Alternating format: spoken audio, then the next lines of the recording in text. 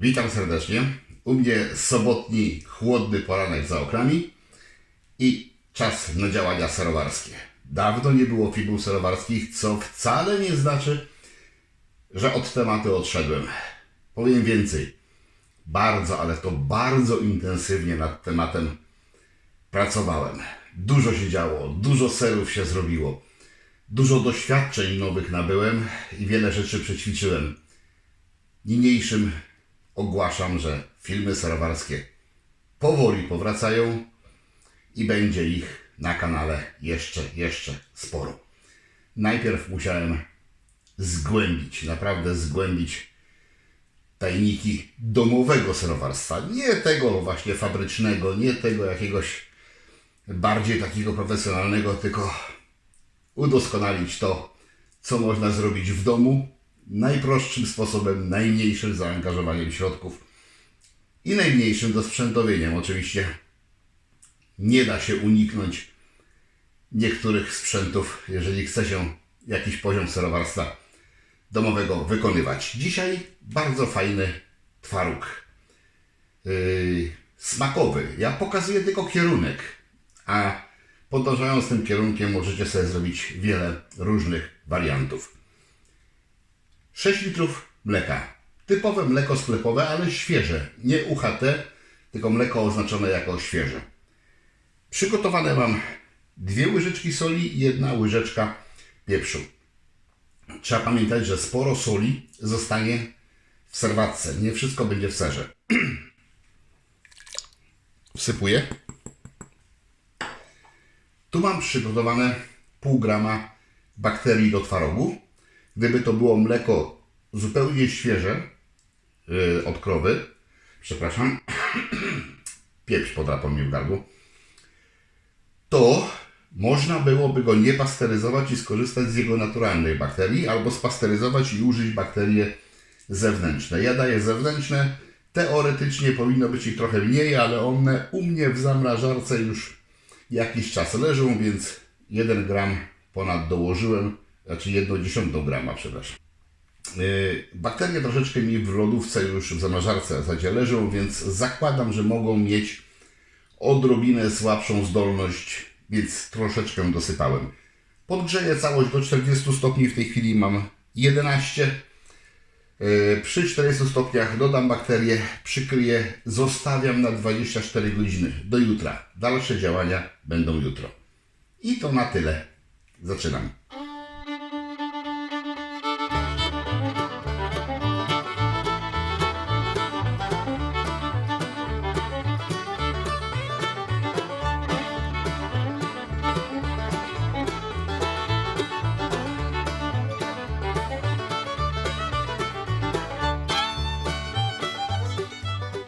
40 stopni.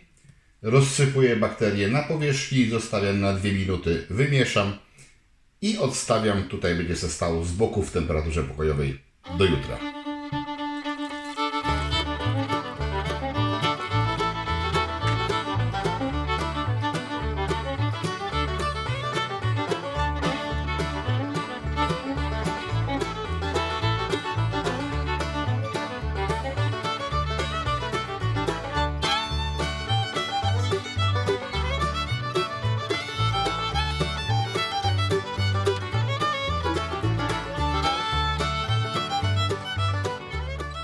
Tak to w życiu bywa, że czasami samo życie inny scenariusz dnia pisze. Miałem to zrobić w miarę rano, mam dobre 6-7 godzin opóźnienia, ale myślę, że nie miało to większego wpływu. Jeżeli się robi na naturalnych bakteriach, czyli na mleku prosto od krowy niepasteryzowanym, to pozwala się temu mleku kwaśnieć, siadać się 2-3 doby. Tutaj z użyciem bakterii powinno to potrwać dobę. No, mam te parę godzin opóźnienia. Zobaczmy, co jest w środku. Czy ja tu mam zsiadłe mleko? No jak najbardziej. Mam zsiadłe mleko. Ale aż sobie je spróbuję, tylko wezmę łyżkę.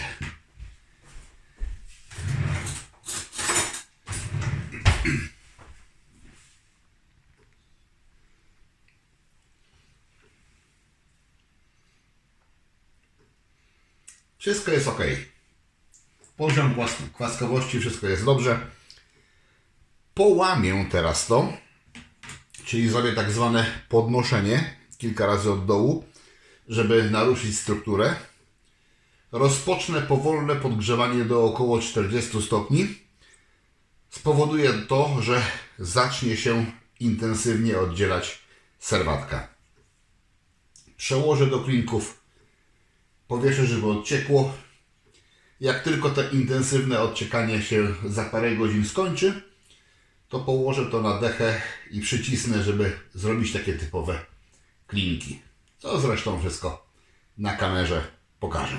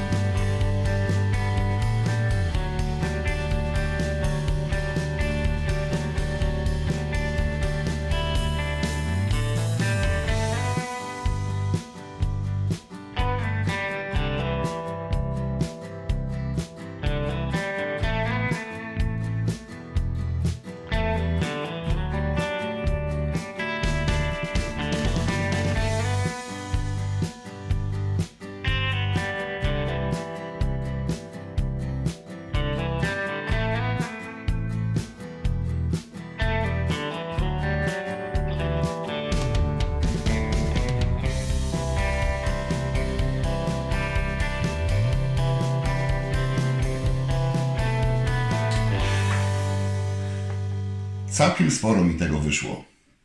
Tutaj jest jeden kawałeczek twarogu, z którego nawet nie zrobiłem klinka, tylko wisiał sobie w chuście i ociekał. Te 4 sztuki spłaszczyłem. Dzisiaj rano posmarowałem je delikatnie miodem, zawsze z jakimś dodatkiem. Tu są tylko 2, ale możecie tych dodatków sobie wymyśleć mnóstwo. Kurkuma żółta, tymianek zielony. Wspaniałe połączenia. Sam twaróg jest lekko kwaskowy. Na etapie produkcji dodałem nieco soli, konkretnie 2 łyżeczki na tą ilość, To wcale nie jest dużo, bo i tak większość w serwatce została. I pieprz, 1 łyżeczkę. I to jest wyczuwalne.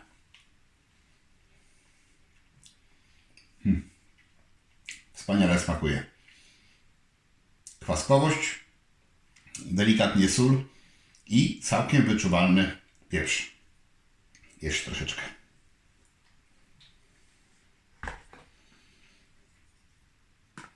Uwielbiam. Delikatny, fajny. Zależy dużo od tego, do jakiej temperatury go podgrzejemy na tym drugim etapie, bo im niższa, tym będzie bardziej kremowy, bardziej delikatny. Im wyższa, tym będzie bardziej twardy. Tak samo zależy od tego, jak go będziemy prasować, czy go bardziej wysuszymy, czy mniej. To jest już fajne w smaku. Teraz do tego dodałem według mnie idealne połączenia. Miód i tymianek samo dobro. Miód i kurkuma również samo dobro. Przy czym dodatek miodu, a nie posolenie i nie dodanie tej odrobiny pieprzu mogłoby spowodować, że sama kwaskowość mogła być niewystarczającą kontrą do tej słodkości.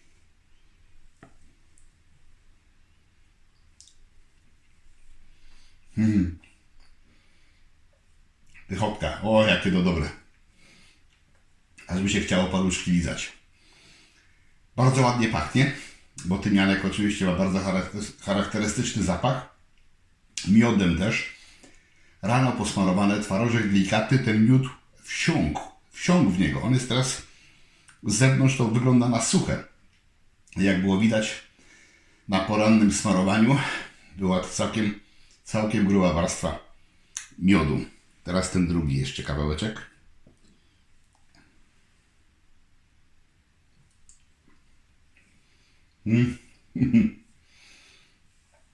No cudownie smakuje. Naprawdę w mojej opinii świetne połączenie smaków. Spróbujcie sami.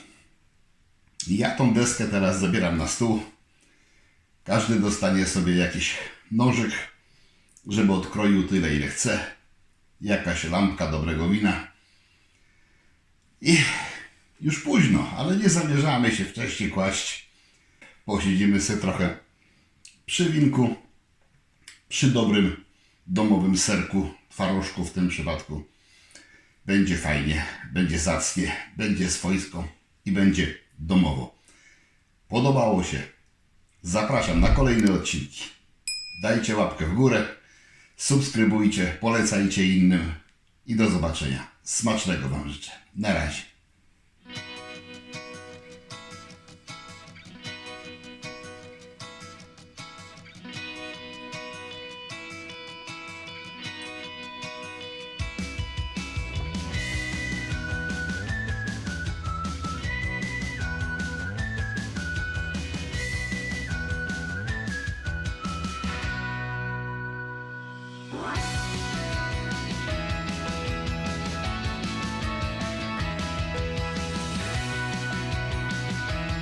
Zapraszam, wpadnijcie na zakupy do mojego sklepu. Znajdziecie tutaj takie rzeczy jak wędzarnie i generatory dymu, szynkowary, sprzęt dla winiarzy, sprzęt i surowce dla piwowarów, inne akcesoria do wyrobów domowych oraz unikatowe tematyczne koszulki i literatura dla pasjonatów. Zapraszam.